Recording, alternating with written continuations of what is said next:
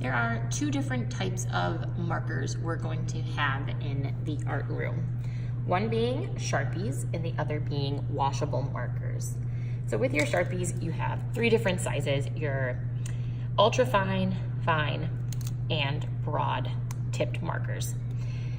There are some rules with using these. Obviously the broad tip is gonna cover more, so you're gonna use those for coloring in large spaces if you need them to be a true black.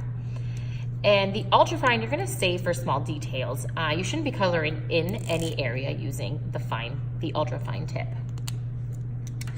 With Sharpies, when you use them, they are not water soluble. They won't run when there's a liquid. So I'm gonna show you. If you were to watercolor over these, your marker would stay exactly as it is. With washable marker, they are water soluble. So it won't, if you paint over it, will not stay as your marker lines like the Sharpie would.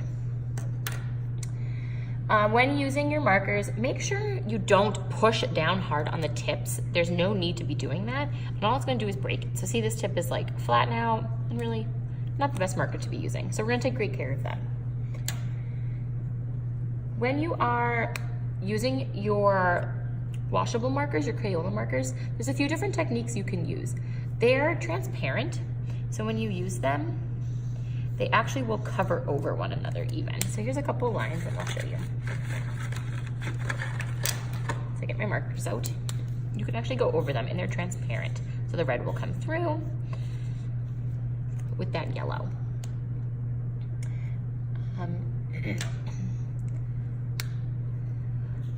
When you're coloring with markers, it's great to outline. You need to outline your shape first.